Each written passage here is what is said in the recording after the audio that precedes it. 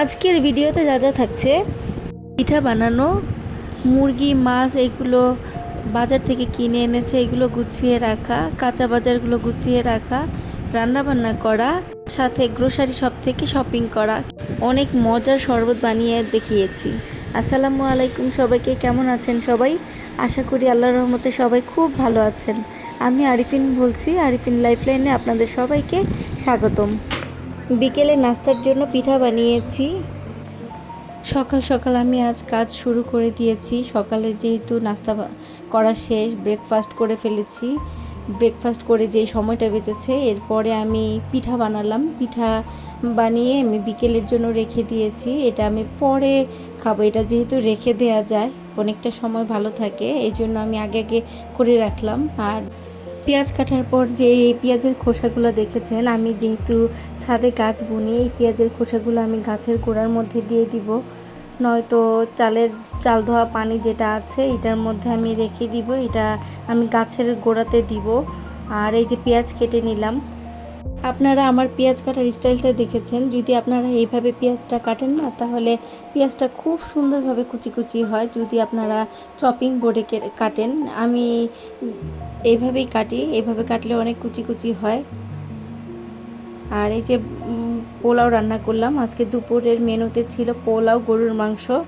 আজ আমার বাসায় অনেকটা কাজ জমে আছে। বাসায় বাজার করা হয়েছে, এই বাজারগুলো গুছাতে হবে, সব কিছু রেডি করে গুছিয়ে রাখতে হবে। যার কারণে আমি রান্নাবান্নার কাজ দ্রুত কমপ্লিট করব। সকাল সকাল রান্না বসিয়ে দিয়েছি। আজকে পোলাও আর গরুর মাংসটা রান্না করছি, ঝাল ঝাল গরুর মাংস।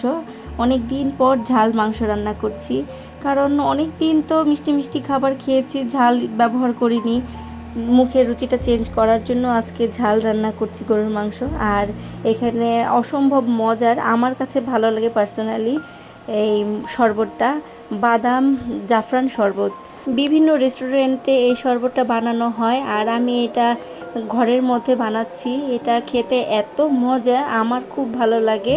এই বাদাম শরবতটা আমি যেভাবে বানাই, এই রেসিপিটাই আপনাদের সাথে শেয়ার করছি। প্রথমে আমি কাঠবাদামগুলো ভিজিয়ে রাখি। এটা যখন বাদামটা ভিজে যায়, তখন আমি এটার খোসাটা ছাড়িয়ে ভালো করে পেস্ট করে নেই।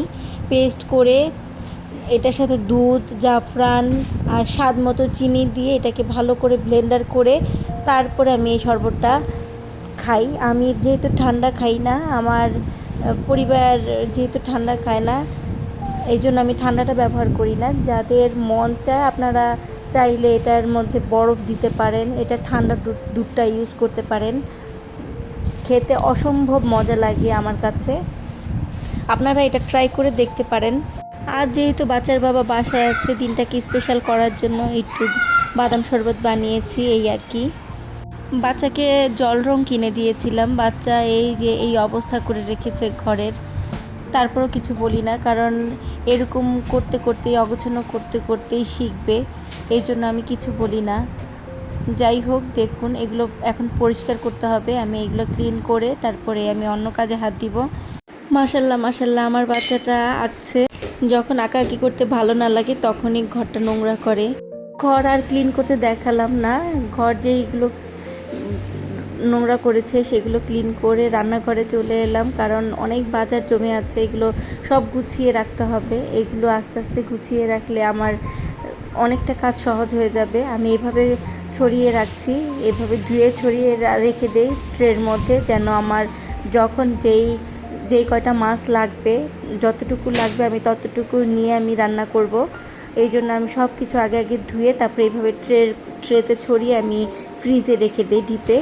যখন এইগুলো বরফ হয়ে যায়, শক্ত হয়ে যায়, তখন আমি এগুলোকে ছাড়িয়ে একটা পলিথিন ব্যাগে আমি ডিপে রেখে দেই একসাথে, যেন যখন আমার যেই কয়টা লাগবে, যতটুকু লাগবে ততটুকু আমি নিয়ে রান্না করতে পারি, আমার ঝামেলা হয় না। আর যদি আমি একসাথে রেখে দিই, তাহলে আমার এগুলো ছুটাতে বা একসাথে আবার ভিজিয়ে পানির মধ্যে যতটুকু লাগবে নিয়ে আবার টিপে রেখে দেই, এটাতে আমার একটু ঝামেলা। আগে এর কাজটা করতাম আমি, আমার ঝামেলা মনে হতো। এখন আমি এই কাজগুলো করি, ছড়িয়ে রাখি আগে ট্রেতে, বরফ হয়ে গেলে তারপর আমি একটা ব্যাগের মধ্যে ঢুকিয়ে রেখে দিই, যেন আমার যখন যতটুকু লাগে ততটুকু আমি নিয়ে রান্না করতে পারি। এই তো আমি কাঁচা বাজার গুছিয়ে রাখছি, আলু, পেঁয়াজ, রসুন এগুলো আমি গুছিয়ে রাখছি।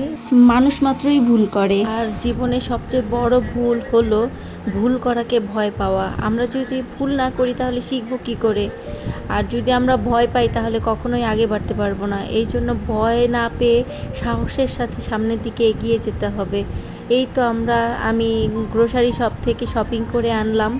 শপিং করে এনেছি, যেগুলো কিনেছি সেইগুলো আপনাদের সাথে শেয়ার করছি। একটা নুডলসের প্যাকেট এনেছি, সাথে সস বা কেচাপ দিয়ে নুডলস খেতে খুব মজা লাগে, আমার পরিবার ভীষণ পছন্দ করে। সাথে পাস্তা নিয়ে এসেছি আর দুধ নিয়ে এসেছি। আজকের ভিডিওটি এই পর্যন্তই। যদি আমার ভিডিওটি ভালো লেগে থাকে আপনাদের, তাহলে প্লিজ আমার চ্যানেলটি সাবস্ক্রাইব করতে ভুলবেন না। ধন্যবাদ সবাইকে।